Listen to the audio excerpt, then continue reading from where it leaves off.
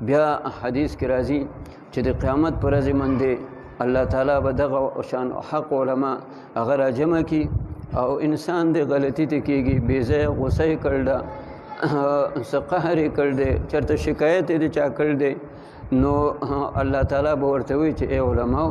تاسو له چې الله ما دا علم را کړی نو دې دپاره مې نه و را کړی چې زه تاسو اوس دوزخ ته بیم دې دپاره مې تاسو له دا علم هغه را کړی چې تاسو نه به غلطۍ کېږي او د دې علم په وجه سره زه به تاسو هغه معاف کوم او زه تاسو ما چې دی نو معاف کړی بیا یو حدیث کې راځي چې د یو عالم دغه عمل به تللی کېږي نو د هغه چې کله عمل هغه چې دی نو هغه وتللی شي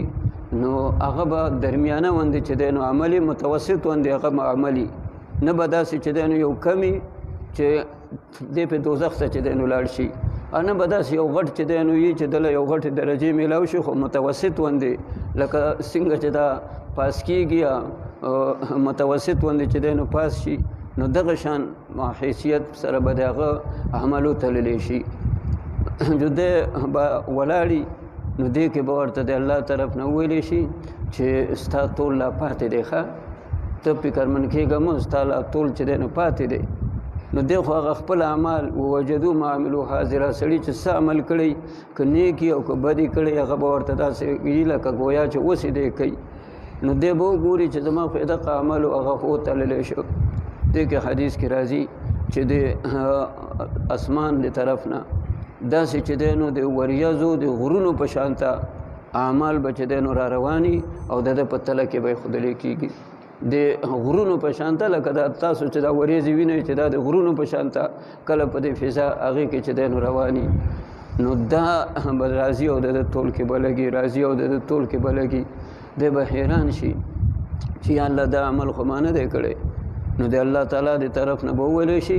چې ستا خو هغه عمل و چې کوم تا مخکې وکړو ته متوسط درجې عمل دی لیکن دا ستا شاګردان تا علم چې دی نه هغه خور کړی و هغو د نورو دپاره ذریعه جوړ شي هغو د نورو دپاره ذریعه جوړ شي نو تاسو سوچ وکړئ چې د نبي علیه السلام به څو درجې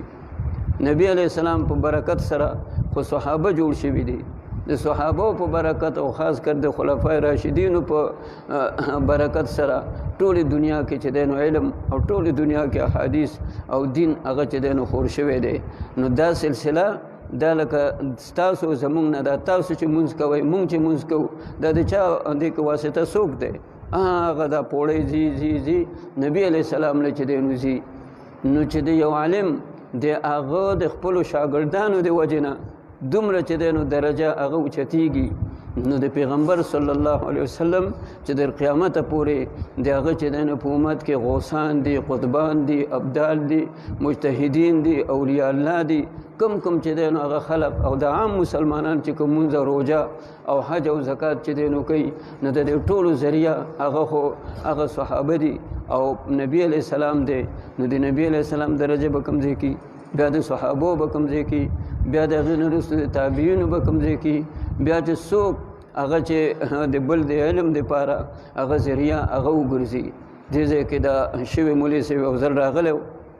د ما طالبګرۍ کې د فارغ شوه کې د ما دغه پېژانده نو دلته کته دفتر کې موږ ناست وو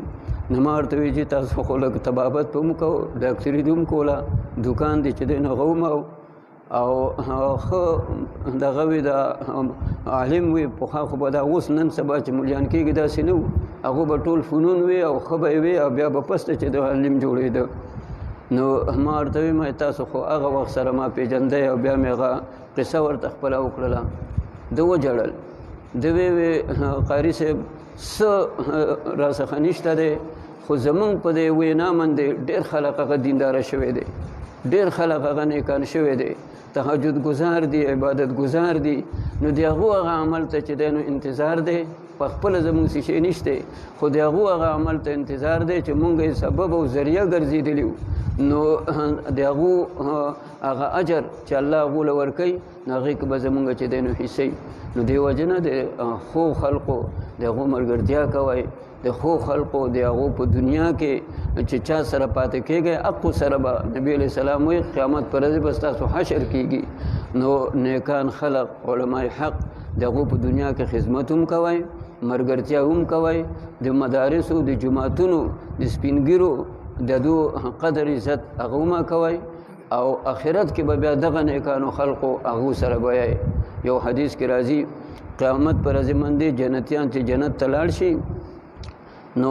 هر څوک به په خپل خپل محل او حوري او غلمان او دنیا نعمتونه وي. الله تعالی به جنتیانو ته خطاب وکړي چې څنګه د الله شان سره مناسبي، ورته به ای جنتیانو تاسو څه شی چې دی نو غواړئ، سوال وکړئ چې زه ستاسو هغه حاجت پوره کړم. ټول جنتیان به چې الله هر څه وافر دي، هر څه چې دی نو پوره دي، مونږ نور څه شی خو کم نه دی. الله تعالی به بیا ووایي، دو به بیا ووایي، الله تعالی به بیا ووایي. نو دو به علماء ته خپل خپل زمانه علماء ته رجوع هغه وکړي چې الله تعالی خو مونږ پرېږدي نه،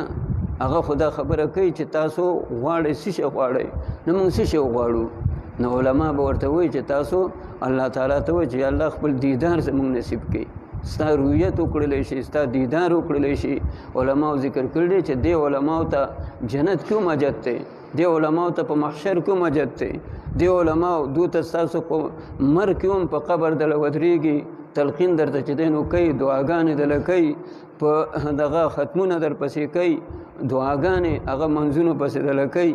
او مسایل درته ښیي. نو دنیا کې هم دو ته ضرورت دی، په برزخ کې هم دو ته ضرورت دی، او په محشر کې شفاعت بدله کوي هغې کوم ضرورت دی، او په جنت کې ورته هم ضرورت دی. نو چې کله دو الله تعالی ته ووایي چې یا الله خپل دیدار زموږ نصیب کړي، نو الله تعالی چې څنګه شان سره مناسبي دیدار هغه به ورته نصیب کړي ټولو جنتیانو ته. نو دوله به هغه د جنت هغه کوم نعمتونه چې دي هغه به ورته کم ښکاره شي، او د الله تعالی هغه دیدار هغه به د ټولو نعمتونو د هغې نه غټ هغه ښکاره شي. دې خبرو له پوهه پکار ده، دې له عقل پکار دی. زمون خلق نن سبا هغه فیسبوک استعمالوي، د نیکانو خلقو بېعزتي کوي، توهین کوي، او ډرامې چې دی نو کوي. دا ګورې دا کمپیوټر او دا فیسبوک به د باندې قیامت په ورځې باندې هغه بیا دلیل دې نه انکار هم نشي کولی. تا یو خبره وکړه فیسبوک کې راله، تا ته سبا جج ووایي دا د چا آواز دی، دا سړی چې دی هغه څوک دی، نو انکار هم بیا نشي کولی چې دا خبره زما نه ده. نو دې وجه نه دا فیسبوک استعمالوئ، هر څه کوئ ستاسو جهاد کې دي هغه د علماو د دې باره کې، د نیکانو خلقو باره کې، د ډرامو چې دی نو د خلقو پسې ډرامې د دې نه چې دی نو هغه خپل اولاد هغه هم ساتئ. الله دې موږ ټولو له عمل کولو توفیق راکړي. واخر دعوانا ان الحمدلله رب العالمین.